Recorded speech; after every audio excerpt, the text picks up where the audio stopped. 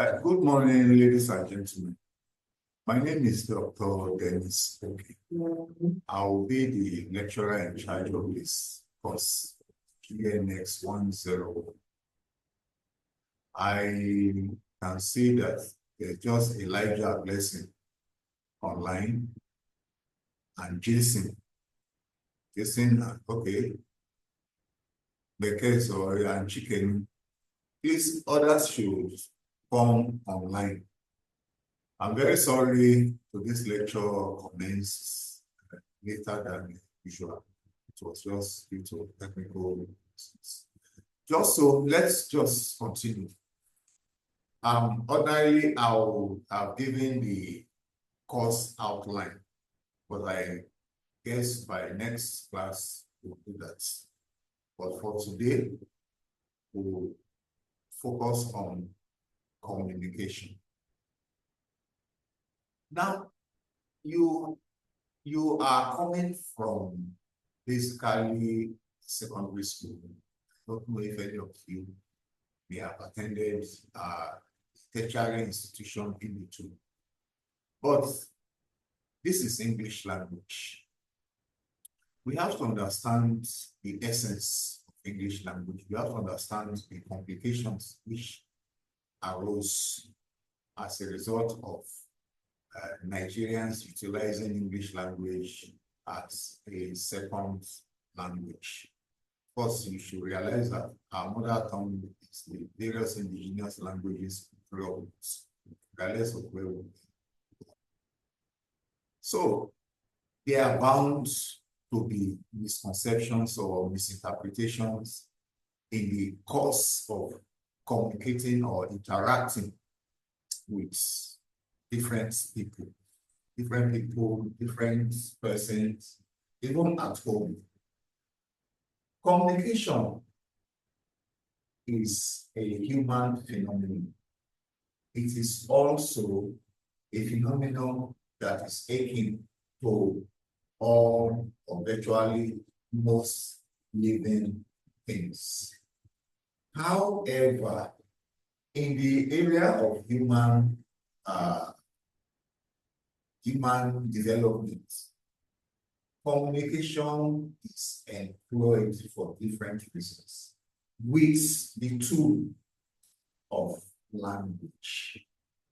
Always bear in mind that when we talk about language, we are talking about human language. Animals do not have language. Many of us have this misconception that animals have language. No. Only humans have language. If you look at the characteristics of language, you understand that one of the fundamental characteristics is that language is human. Animals don't have language. Animals communicate, but do not have language. Most times in the bush, you understand that the way and manner animals communicate varies from one type of animal to the other. But when you come to the aspect of human beings, we employ different languages to communicate. These languages are what we refer to as lingua franca.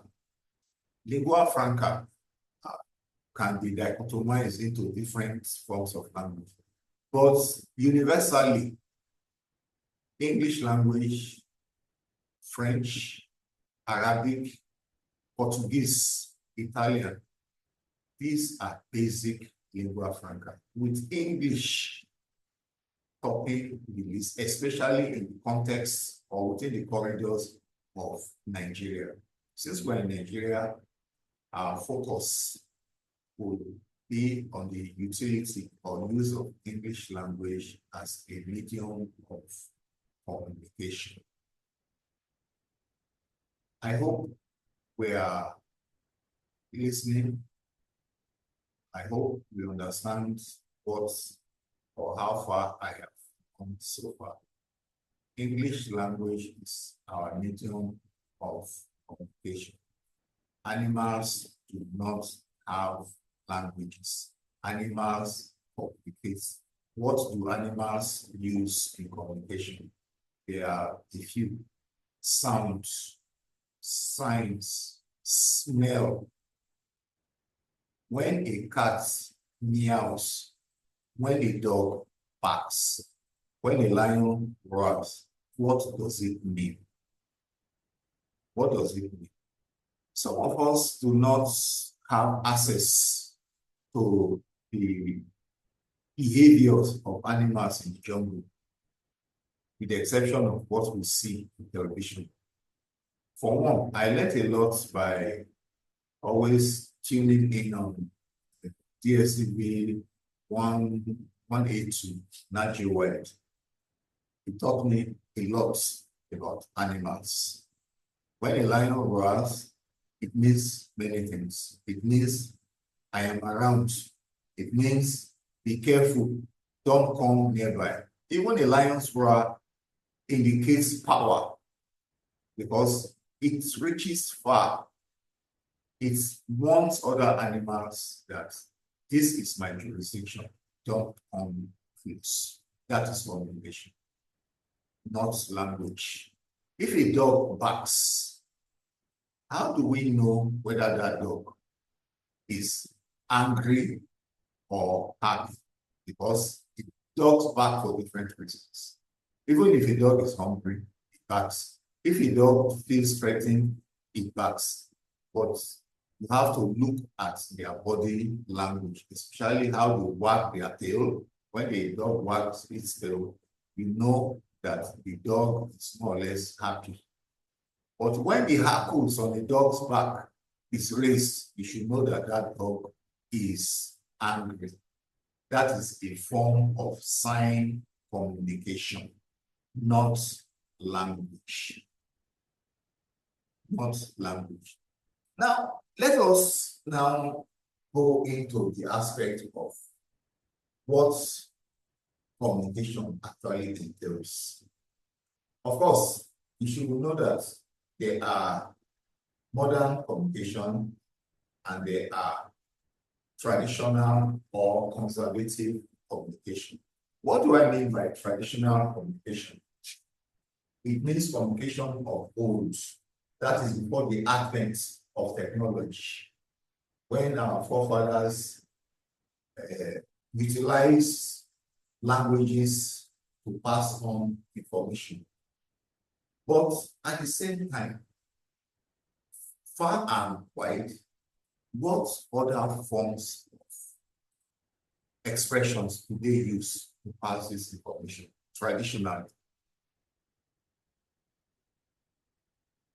In the old Benin Kingdom, in the old Yoruba Empire, they use different means to communicate, not on a one-on-one situation, but on a one and many situations.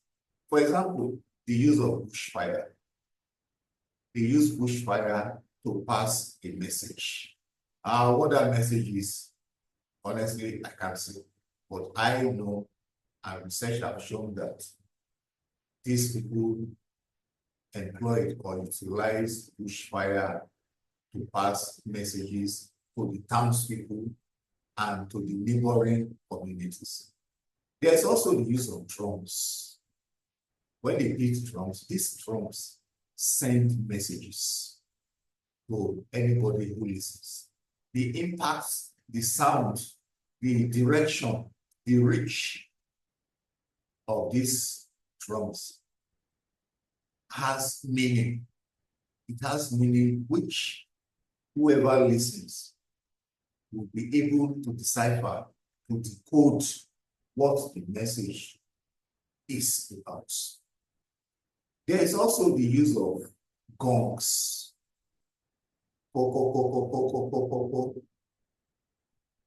These gongs equally pass messages far and that is in one and many situation. On a one and one situation, we use languages. Language in this sense has to be the use of words, the use of words, the use of letters, which when conjoined, it forms a meaningful, reasonable entity which can be adequately, properly interpreted. For example, in English language, when you join N, the letters or the symbols N-O-I-S-E, we all know that that translates to what? Noise. Noise. N-O-I-S-E translates to noise. And all these words in the English lexicon have meaning. But in many instances, you have to understand that many words in the English lexicon are ambiguous. Ambiguous is spelled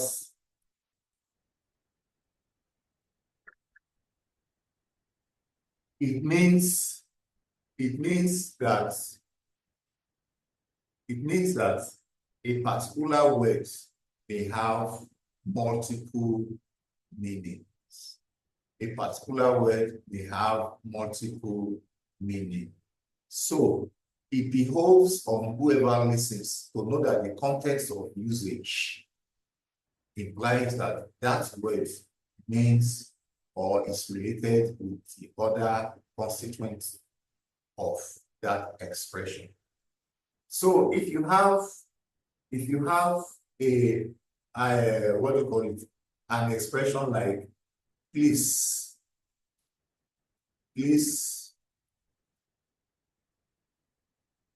give me some space. The word space is ambiguous. It could mean gap.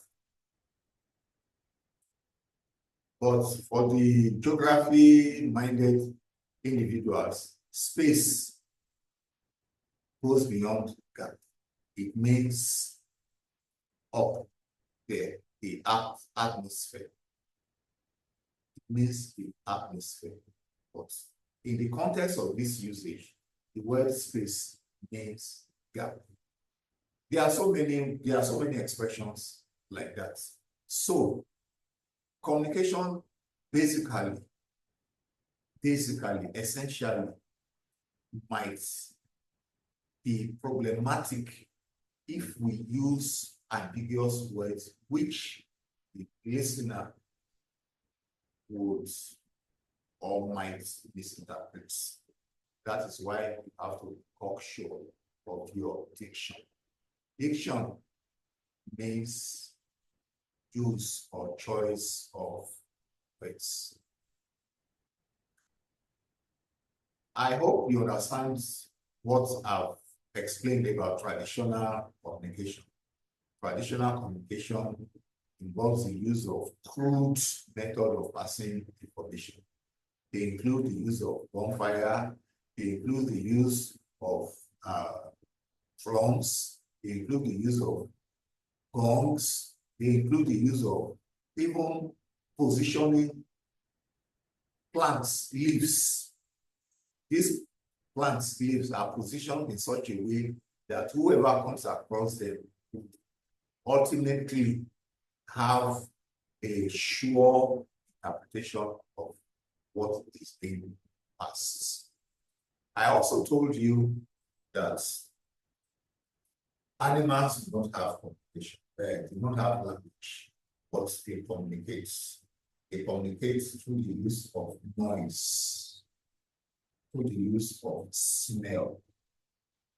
For example, a lion, all animals would most likely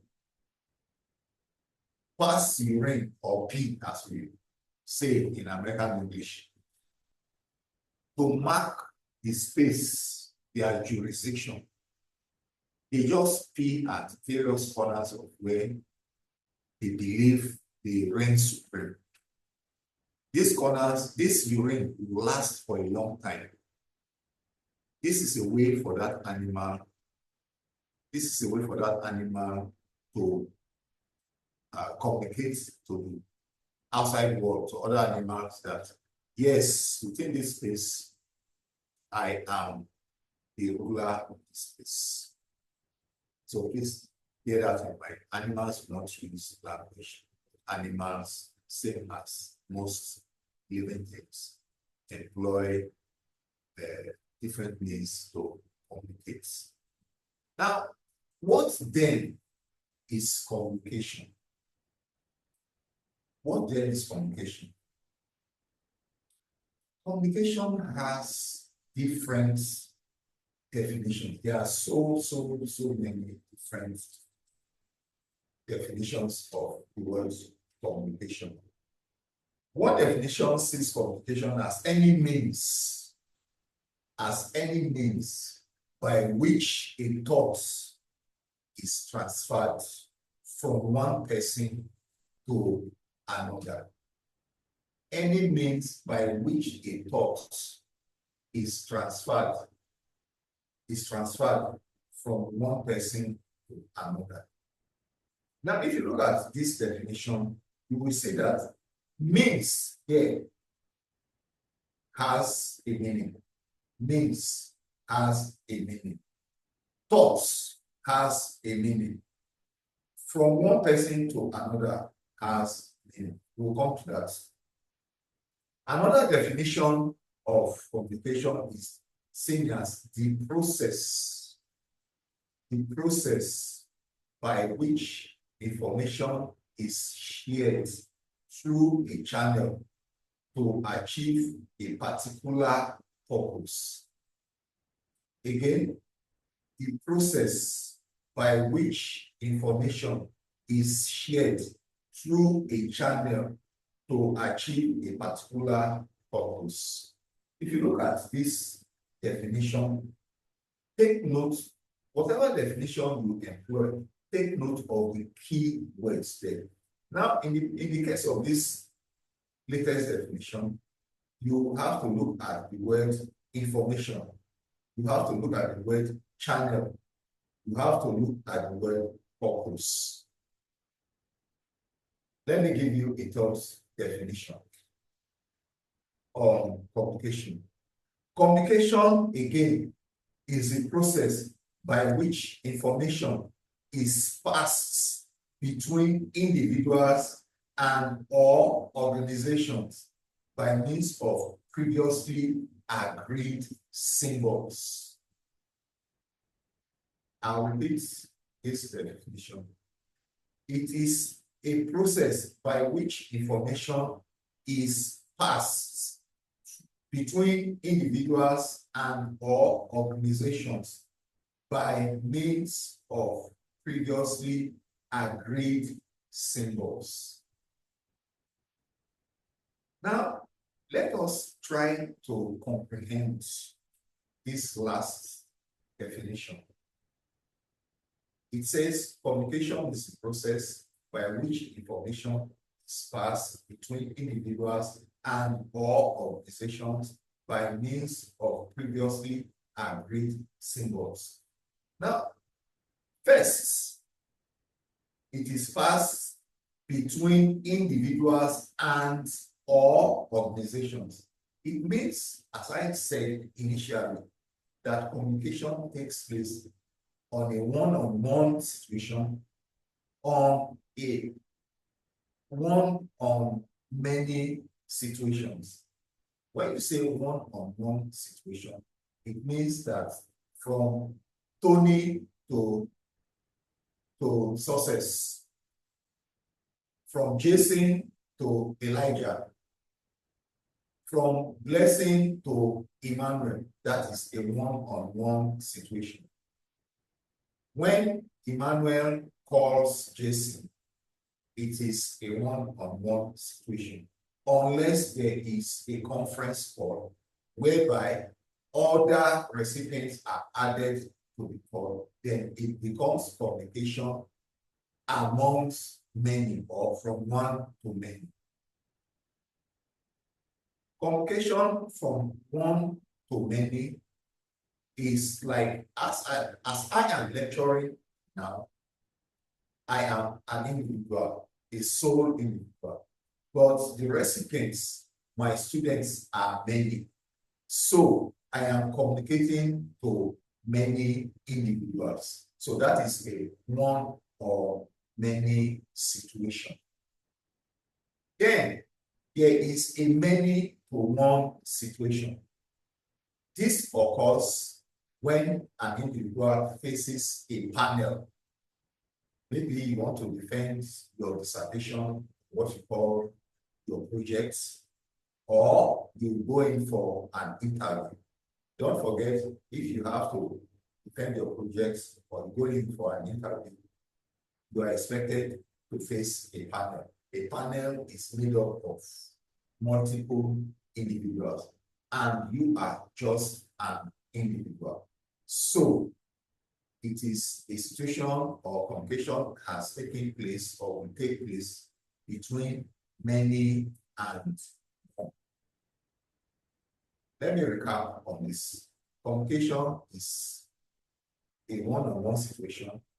It is a one-to-many situation. It is a many-to-one situation. I hope that is clear. Now, we are done with definition of communication. Then, what are the process of communication? Process of communication. When you say process of communication, what does this imply? It implies that how the communication starts, and in between, what transpires and how does it end? How communication starts or commences, how it transpires along the line,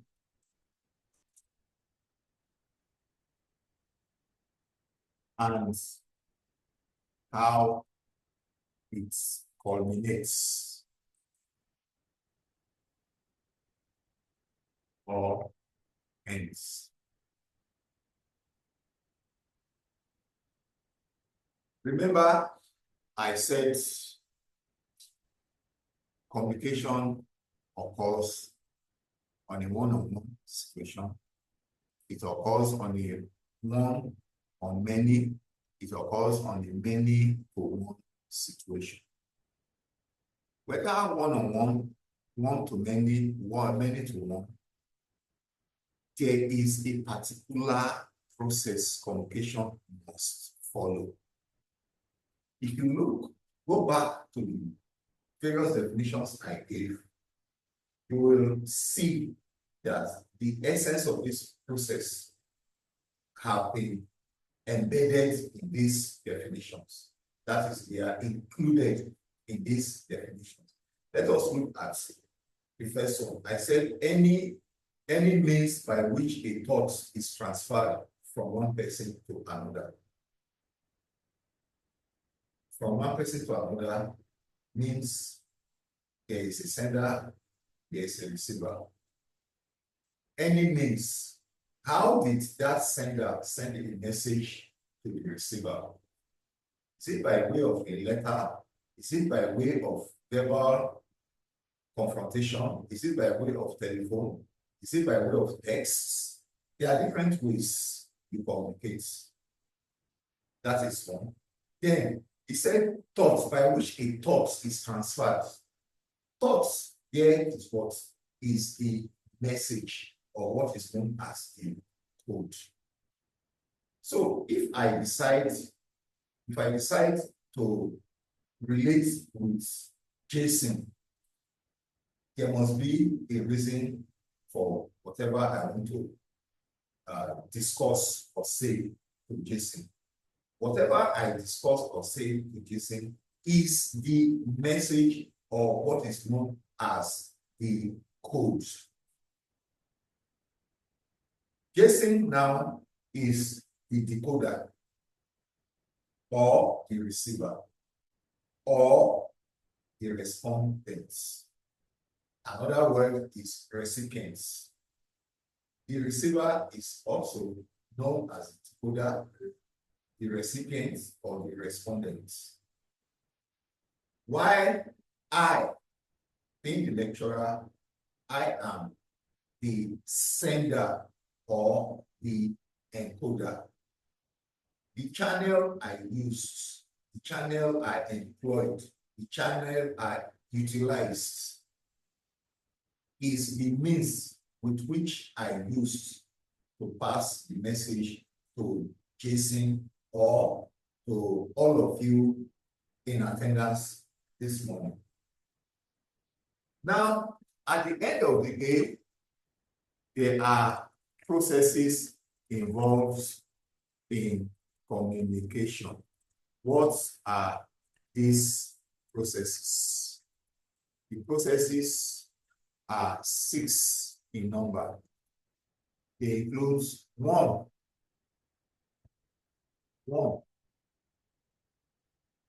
the stimulus. The stimulus. What do we mean by the stimulus? Always remember that every human being is a rational being or is assumed to be a rational being. You are in full control of your faculties. As such, it is not expected that the individual would behave like animals or some animals who do things on impulse. Many of us do not do things on impulse. I cannot just wake up in the middle of the night and decide to call Emmanuel and say, Emmanuel, something is wrong with you, blah, blah, blah, without any reason. Stimulus here means reason. It means what may have triggered the step I took to communicate. What may have switched that motive. You know,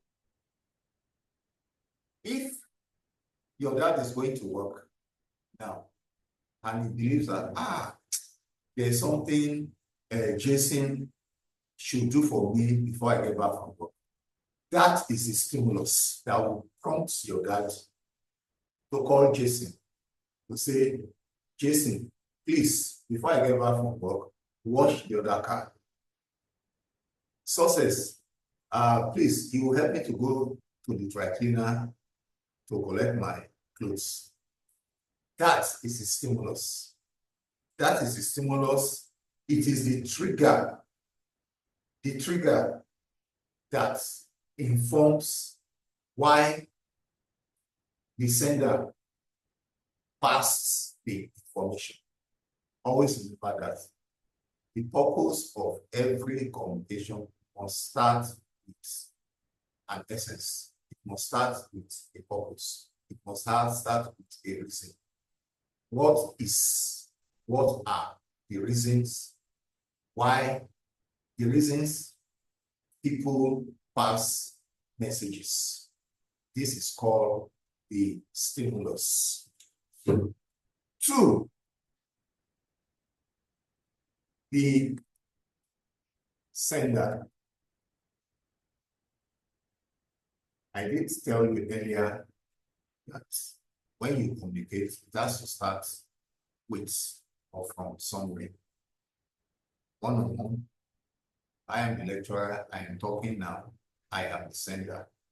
If you pick up your mobile phone and you decide to call me or call your mom, your dad, your friends, you are the sender. So the sender is the person who initiates, who starts, who commences the conversation or the communication.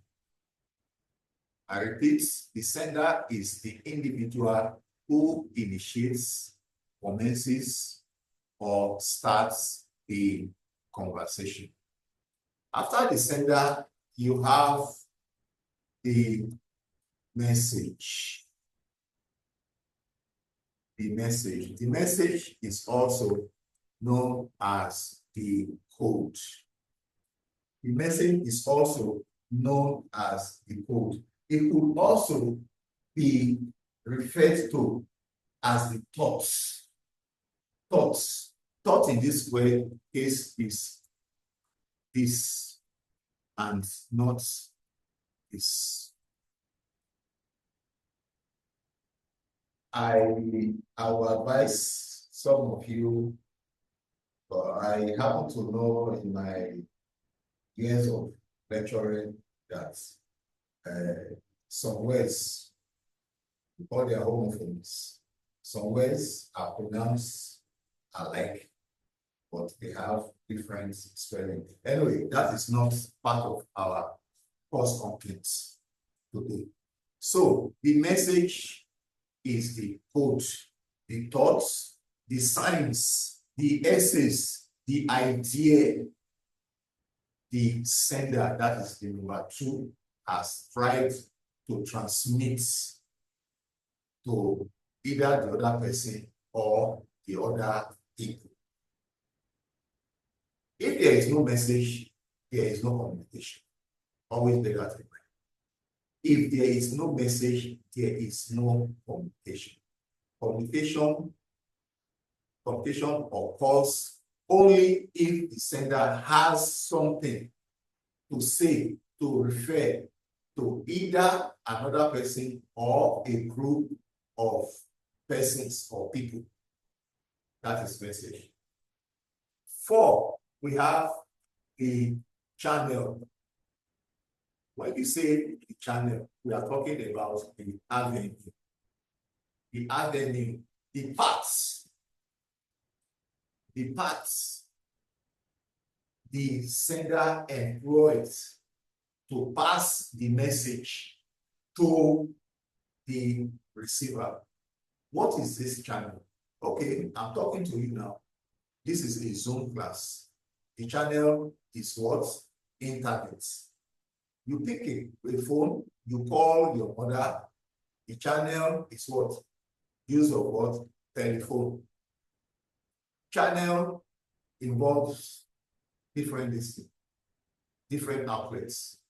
Email, texts, telephone, letter writing, even shouts. Even shout is a channel. When you shout, if you use a whistle, we all know that on the field of play, most times the umpire or the referee does not necessarily have to use words. The ball strikes or a player commits an offense, the referee blows the whistle. And other participants on the pitch basically understands reason the referee blew that whistle. I hope this is clear. 5, we have the receiver. I told you this receiver is also known as the decoder. He also known as the recipient.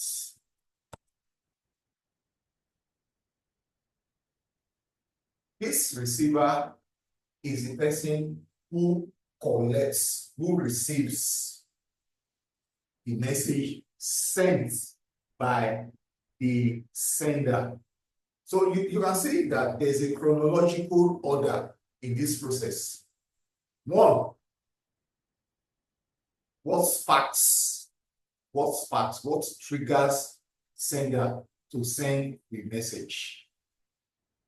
Okay, let me put it graphically. I'm at home, I'm hungry, no food at home, and I feel I should order food from a restaurant. What has sparked off my intention? It is hunger. That is the stimulus. Hunger has sparked or triggered. And I now decide to send a message to a restaurant. Literally, the message is that, please, do you have fried rice and jollof? And what is the channel I use? I use the phone. Who is the receiver? Whoever it is at the restaurant, maybe they have a secretary or a typist or a receptionist there. So you can see that the process of communication follows a chronological order. So the receiver is the decoder. The message is the code. The sender is the encoder. So the encoder sends the code to the decoder.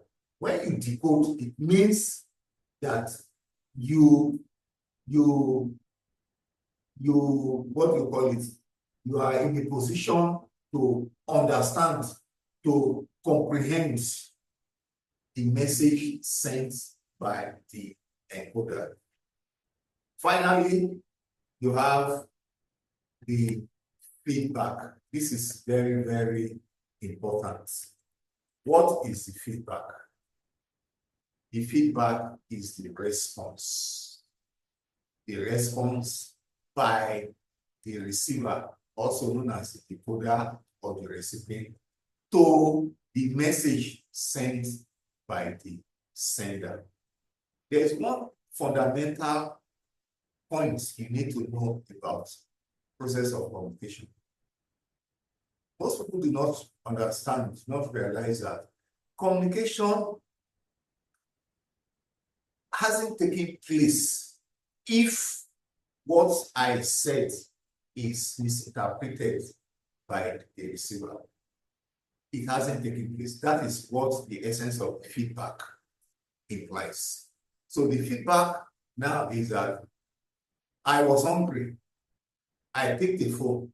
I called the restaurant. I told them I needed rice and jollof rice and fried rice with meat to be sent to number 2 Ojo Crescent, Lagos. And the next thing they did was to send eba and egusi soup to number 5 Ladilu Street, Abeokuta. You can see now that somewhere along the line, the feedback has shown that the message sent to the receiver by the sender was not adequately interpreted. So when you decode, you give it appropriate interpretation. You give it appropriate interpretation. So the process of communication entails stimulus, that is what triggers the communication process. The sender, that is the encoder. The message, that is what is being passed to the other party. The channel, what was used. Was it one-on-one? Was it 1-on-2? Was it many to one? Then the receiver who decodes, that is interprets the message, and the feedback, which is the response given to the message sent by the sender to the receiver. I hope this is clear. I hope this is clear. Before we call it a day, I want us to know that there are categories of communication. There are categories of communication. Our time is spent, so I will want us to call it a day here until our next class. But since I've mentioned categories of communication, let me just quickly spell it out here. Categories of communication includes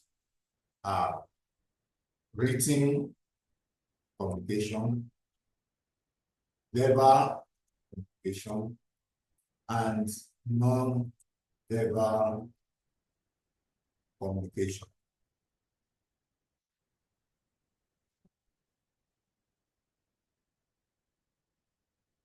In the case of written communication, maybe a letter, an email, a text, you read and you make meaning of whatever message or messages passed.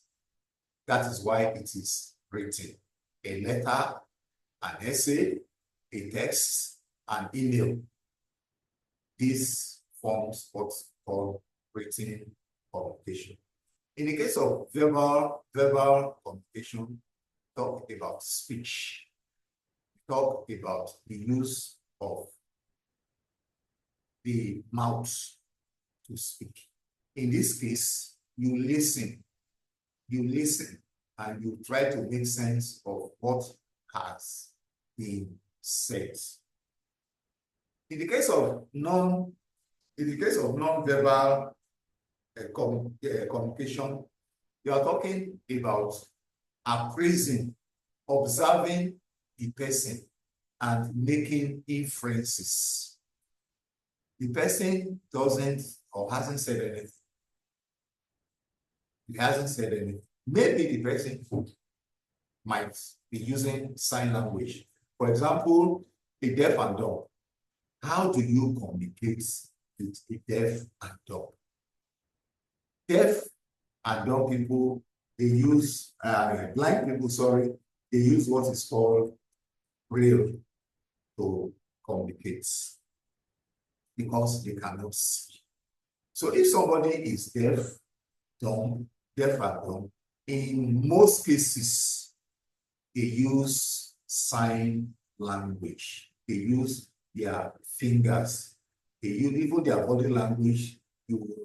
If you are conversant with them, you understand what they are about. You understand what they meant or what they mean.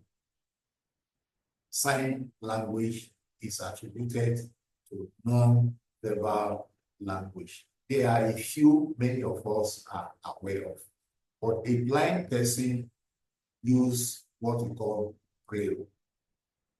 So, good morning, all of you.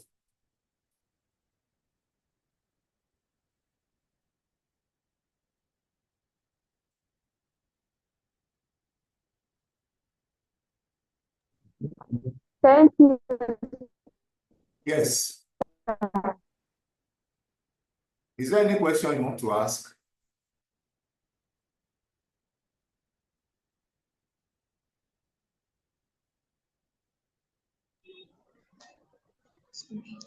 Sir, I have a question. Okay, please. When you were introducing the topic, you said there are types of communication. You made mention of two, but I'm missing one. I only have the traditional communication. So which other communication, please The help other me? one, sorry, it was an oversight. The other one is the modern communication. The modern communication, which has been taken over with the use of technology, telephone, internet, emails, you understand? So all those are the modern forms of communication. That is communication with the use of gadgets. Gadgets, is that clear? Yes, sir. Okay, so traditional, they use crude methods, and modern, they use advanced or technology to communicate. Thank you, sir. All right. Is there any other question? So, see you in the next class.